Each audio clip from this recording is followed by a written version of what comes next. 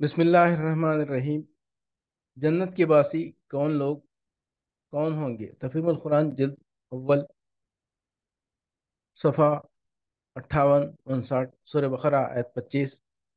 وبشر الذین آمنوا وعملوا الصالحات ان لهم جنات تجری من تحتها الانہار کلما رزقوا منها من ثمرۃ رزقا قالوا هذا الذی رزقنا من قبل وأتوا به متشابہا ولهم فیہا ازواج مطہرۃ وهم فیہا خالدون، سورہ بقرہ آیت 25۔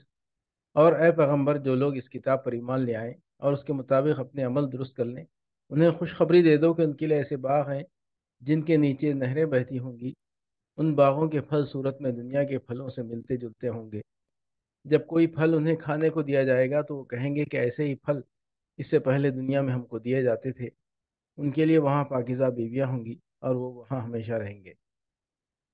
ایسے ہی پھل اس سے پہلے دنیا میں ہم کو دیے جاتے تھے، یعنی نرالے اور اجنبی پھل نہ ہوں گے جن سے وہ نامانوس ہوں، شکل میں انہی پھلوں سے ملتے جلتے ہوں گے جن سے وہ دنیا میں آشنا تھے، البتہ لذت میں وہ ان سے بدرجہ زیادہ بڑھے ہوئے ہوں گے۔ دیکھنے میں آم اور انار اور سنترے ہی ہوں گے۔ اہل جنت ہر پھل کو دیکھ کر پہچان لیں گے کہ یہ آم ہے اور یہ انار ہے اور یہ سنترا، مگر مزے میں دنیا کے آموں اور اناروں اور سنتروں کو ان سے کوئی نسبت نہ ہوگی۔ ان کے لیے وہاں پاکیزہ بیویاں ہوں گی۔ عربی متن میں ازدواج کا لفظ استعمال ہوا ہے جس کے معنی ہے جوڑے، اور یہ لفظ شوہر اور بیوی دونوں کے لیے استعمال ہوتا ہے۔ شوہر کے لیے بیوی زوج ہے اور بیوی کے لیے شوہر زوج، مگر یہ ازدواج پاکیزگی کی صفت کے ساتھ ہوں گے۔ اگر دنیا میں کوئی مرد نیک ہے، اس کی بیوی نیک نہیں ہے، تو آخرت میں ان کا رشتہ کٹ جائے گا اور اس نیک مرد کو کوئی دوسری نیک بیوی دے دی جائے گی۔ اگر یہاں کوئی عورت نیک ہے اور اس کا شوہر بد، تو وہاں وہ اس برے شوہر کی صحبت سے خلاصی پا جائے گی اور کوئی نیک مرد اس کا شریک زندگی بنا دیا جائے گا۔ اور اگر یہاں کوئی شوہر اور بیوی دونوں نیک ہیں تو وہاں ان کا یہی رشتہ ابدی و سرمدی ہو جائے گا۔ جنت کے باسی کون ہوں گے؟ تفہیم القرآن جلد اول، صفحہ 66، سورہ بقرہ آیت 35۔ وَقُلْنَا يَا آدَمُ اسْكُنْ أَنْتَ وَزَوْجُكَ الْجَنَّةَ وَكُلَا مِنْهَا رَغَدًا حَيْثُ شِئْتُمَا وَلَا تَقْرَبَا هَٰذِهِ الشَّجَرَةَ فَتَكُونَا مِنَ الظَّالِمِينَ۔ پھر ہم نے آدم سے کہا کہ تم اور تمہاری بیوی دونوں جنت میں رہو اور یہاں بفراغت جو چاہو کھاؤ، مگر اس درخت کا رخ نہ کرنا ورنہ ظالموں میں شمار ہوگے۔ مگر اس درخت کا رخ نہ کرنا، اس سے معلوم ہوتا ہے کہ زمین یعنی اپنی جائے تقرر پر خلیفہ کی حیثیت سے بھیجے جانے سے پہلے ان دونوں کو امتحان کی غرض سے جنت میں رکھا گیا تھا تاکہ ان کے رجحانات کی آزمائش ہو جائے۔ اس آزمائش کے لیے ایک درخت کو چن لیا گیا اور حکم دیا گیا کہ اس کے قریب نہ پھٹکنا، اور اس کا انجام بھی بتا دیا گیا کہ ایسا کرو گے تو ہماری نگاہ میں ظالم قرار پاؤ گے۔ یہ بحث غیر ضروری ہے کہ وہ درخت کون سا تھا اور اس میں کیا خاص بات تھی کہ اس سے منع کیا گیا۔ منع کرنے کی وجہ یہ نہ تھی کہ اس درخت کی خاصیت میں کوئی خرابی تھی اور اس سے آدم و حوا کو نقصان پہنچنے کا خطرہ تھا۔ اصل غرض اس بات کی آزمائش تھی کہ یہ شیطان کی ترغیبات کے مقابلے میں کس حد تک حکم کی پیروی پر قائم رہتے ہیں۔ اس مقصد کے لیے کسی ایک چیز کا منتخب کر لینا کافی تھا، اسی لیے اللہ نے درخت کے نام اور اس کی خاصیت کا کوئی ذکر نہیں فرمایا۔ اس امتحان کے لیے جنت ہی کا مقام سب سے زیادہ موزوں تھا۔ دراصل اسے امتحان گاہ بنانے کا مقصود یہ حقیقت انسان کے ذہن نشین کرنا تھا کہ تمہارے مرتبہ انسانیت کے لحاظ سے جنت ہی لائق و مناسب مقام ہے، لیکن شیطانی ترغیبات کے مقابلے میں اگر تم اللہ کی فرما برداری کے راستے سے منحرف ہو جاؤ تو جس طرح ابتدا میں اس سے محروم کیے گئے تھے اسی طرح آخر میں بھی محروم ہی رہو گے۔ اپنے اس مقام لائق، اپنی اس فردوس گمگشتہ کی بازیافت تم اسی طرح کر سکتے ہو، تم صرف اس طرح کر سکتے ہو کہ اپنے اس دشمن کا کامیابی سے مقابلہ کرو جو تمہیں فرما برداری کے راستے سے ہٹانے کی کوشش کرتا ہے، ورنہ ظالموں میں شمار ہوگے۔ سورہ بقرہ حاشیہ نمبر 49۔ ظالم کا لفظ نہایت معنی خیز ہے۔ ظلم دراصل حق تلفی کو کہتے ہیں۔ ظالم وہ ہے جو کسی کا حق تلف کرے۔ جو شخص خدا کی نافرمانی کرتا ہے وہ در حقیقت تین بڑے بنیادی حقوق تلف کرتا ہے۔ اولاً خدا کا حق، کیونکہ وہ اس کا مستحق ہے کہ اس کی فرما برداری کی جائے۔ ثانیاً ان تمام چیزوں کے حقوق جن کو اس نے اس نافرمانی کے ارتکاب میں استعمال کیا، اس کے اعضائے جسمانی، اس کے خواہ نفس، اس کے ہم معاشرت انسان، وہ فرشتے جو اس کے ارادے کی تکمیل کا انتظام کرتے ہیں، اور وہ اشیاء جو اس کام میں استعمال ہوتی ہیں، ان سب کا اس پر یہ حق تھا کہ وہ صرف ان کے مالک ہی کی مرضی کے مطابق ان پر اپنے اختیارات استعمال کرے۔ مگر جب اس کی مرضی کے خلاف اس نے ان پر اختیارات استعمال کیے تو در حقیقت ان پر ظلم کیا۔ ثالثاً خود اپنا حق، کیونکہ اس پر اس کی ذات کا یہ حق ہے کہ وہ اسے تباہی سے بچائے، مگر نافرمانی کر کے جب وہ اپنے آپ کو اللہ کی سزا کا مستحق بناتا ہے تو دراصل اپنی ذات پر ظلم کرتا ہے۔ انہی وجوہ سے قرآن میں جگہ جگہ گناہ کے لیے ظلم اور گناہ گار کے لیے ظالم کی اصطلاح استعمال کی گئی ہے۔ جنت کے باسی کون ہوں گے؟ تفہیم القرآن جلد اول سورہ بقرہ آیت 82۔ والذین آمنوا وعملوا الصالحات اولئک اصحاب الجنہ هم فیہا خالدون، اور جو لوگ ایمان لائیں گے اور نیک عمل کریں گے وہی جنتی ہیں، اور جنت میں وہ ہمیشہ رہیں گے۔ جنت کے باسی کون ہوں گے؟ تفہیم القرآن جلد اول صفحہ 163، سورہ بقرہ آیت 214۔ ام حسبتم ان تدخلوا الجنة ولما يأتكم مثل الذين خلوا من قبلكم مستهم البأساء والضراء وزلزلوا حتى يقول الرسول والذين آمنوا معه متى نصر الله ألا إن نصر الله قريب، سورہ بقرہ آیت 214۔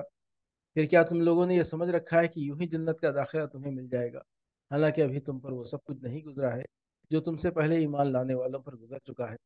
ان پر سختیاں گزری، مصیبتیں آئیں، ہلا مارے گئے، حتیٰ کہ وقت کا رسول اور اس کے ساتھی اہل ایمان چیخ اٹھے کہ اللہ کی مدد کب آئے گی۔ اس وقت انہیں تسلی دی گئی کہ ہاں، اللہ کی مدد قریب ہے۔ پھر کیا تم لوگوں نے یہ سمجھ رکھا ہے کہ یوں ہی جنت کا داخلہ مل جائے گا؟ اوپر کی آیت اور اس آیت کے درمیان ایک پوری داستان کی داستان ہے جسے ذکر کیے بغیر چھوڑ دیا گیا ہے، کیونکہ یہ آیت خود اس کی طرف اشارہ کر رہی ہے، اور قرآن کی مکی صورتوں میں جو سورہ بقرہ سے پہلے نازل ہوئی تھی یہ داستان تفصیل کے ساتھ بیان بھی ہو چکی ہے۔ انبیاء جب کبھی دنیا میں آئے، انہیں اور ان پر ایمان لانے والے لوگوں کو خدا کے باغی و سرکش بندوں سے سخت مقابلہ پیش آیا، اور انہوں نے اپنی جانیں جوکھوں میں ڈال کر باطل طریقوں کے مقابلے میں دین حق کو قائم کرنے کی جدوجہد کی۔ اس دین کا راستہ کبھی پھولوں کی سیج نہیں رہا کہ آمنا کہا اور چین سے لیٹ گئے۔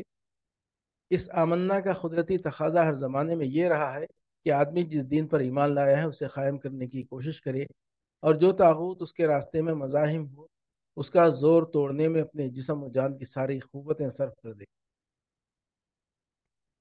جنت کے باسی کون ہوں گے؟ تفہیم القرآن جلد اول صفحہ 238، سورہ آل عمران آیت 15۔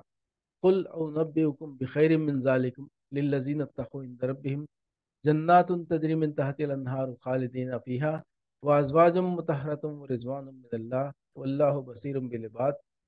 کہو میں تمہیں بتاؤں کہ ان سے زیادہ اچھی چیز کیا ہے؟ جو لوگ تقوی کی روش اختیار کریں ان کے لیے ان کے رب کے پاس باغ ہیں جن کے نیچے نہریں بہتی ہوں گی، وہاں انہیں ہمیشگی کی زندگی حاصل ہوگی۔ پاکیزہ بیویاں ان کی رفیق ہوں گی، اور اللہ کی رضا سے وہ سرفراز ہوں گے۔ اللہ اپنے بندوں کے رویے پر گہری نظر رکھتا ہے۔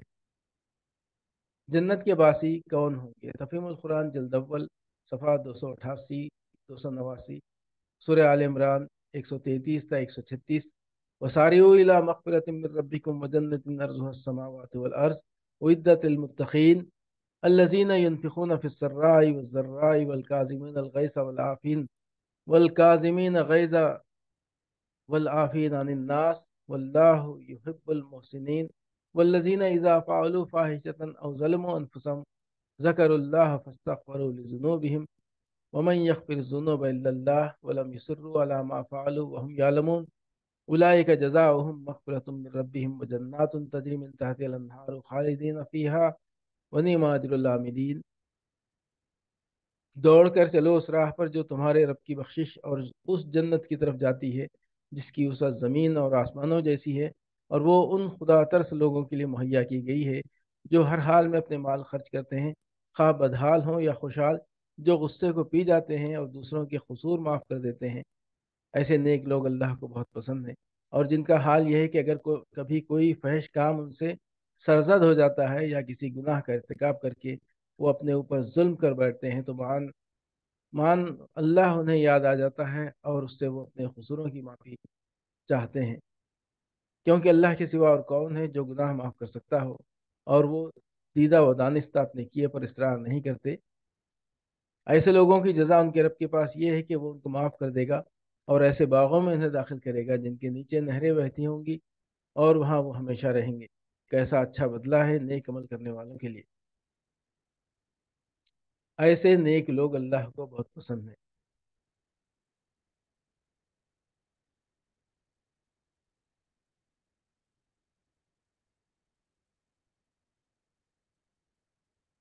سود خواری جس سوسائٹی میں موجود ہوتی ہے اس کے اندر سود خواری کی وجہ سے دو قسم کے اخلاقی امراض پیدا ہوتے ہیں۔ سود لینے والوں میں حصہ تمام بخل اور خود غرضی، اور سود دینے والوں میں نفرت، غصہ اور بغض و حسد۔ عہد کی شکست میں ان دونوں قسم کی بیماریوں کا کچھ نہ کچھ حصہ شامل تھا۔ اللہ تعالیٰ مسلمانوں کو بتاتا ہے کہ سود خواری سے فریقین میں جو اخلاقی اوصاف پیدا ہوتے ہیں ان کے بالکل برعکس انفاق فی سبیل اللہ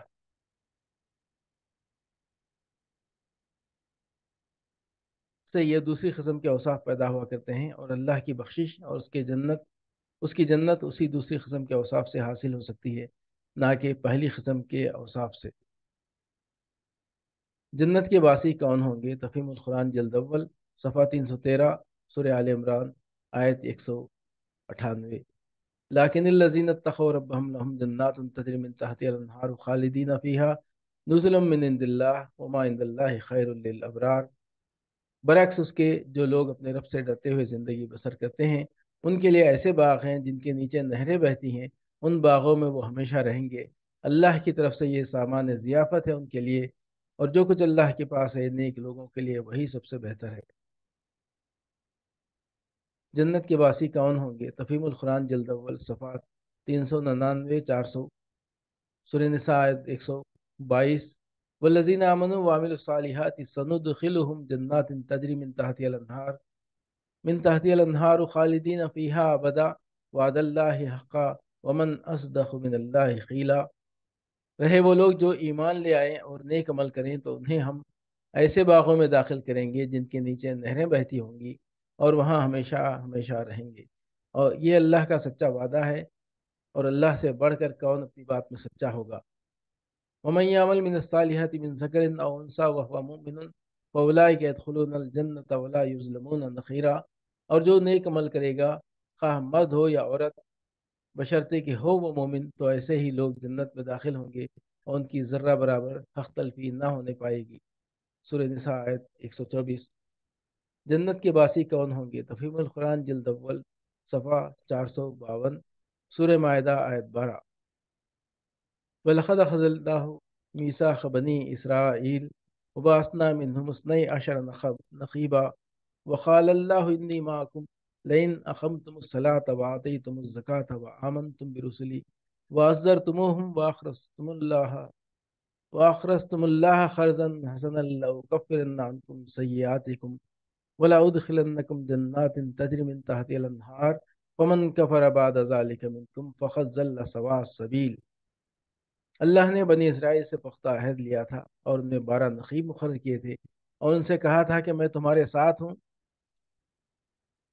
اگر تم نے نماز قائم رکھی اور زکوٰۃ دی اور میرے رسولوں کو مانا اور ان کی مدد کی اور اپنے خدا کو اچھا خرچ دیتے رہے، تو یقین رکھو کہ میں تمہاری برائیاں تم سے زائل کر دوں گا اور تم کو ایسے باغوں میں داخل کروں گا جن کے نیچے نہریں بہتی ہوں گی۔ مگر اس کے بعد جس نے تم میں سے کفر کی روش اختیار کی تو در حقیقت اس نے سوا سبیل گم کر دی۔ میرے رسولوں کو مانا اور ان کی مدد کی، یعنی جو رسول بھی میری طرف سے آئے ان کی دعوت پر اگر تم لبیک کہتے ہو اور ان کی مدد کرتے رہو اور اپنے خدا کو اچھا خرچ دیتے رہے، یعنی خدا کی راہ میں اپنا مال خرچ کرتے رہے، کیونکہ اللہ تعالیٰ اس ایک ایک پائی کو جو انسان اس کی راہ میں خرچ کرے کئی گنا زیادہ انعام کے ساتھ واپس کرنے کا وعدہ فرماتا ہے۔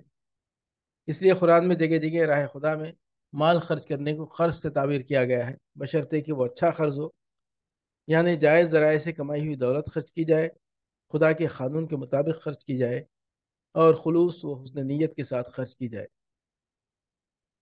تو یقین رکھو کہ میں تمہاری برائیاں تم سے زائل کر دوں گا۔ کسی سے اس کی برائیاں زائل کر دینے کے دو مطلب ہیں۔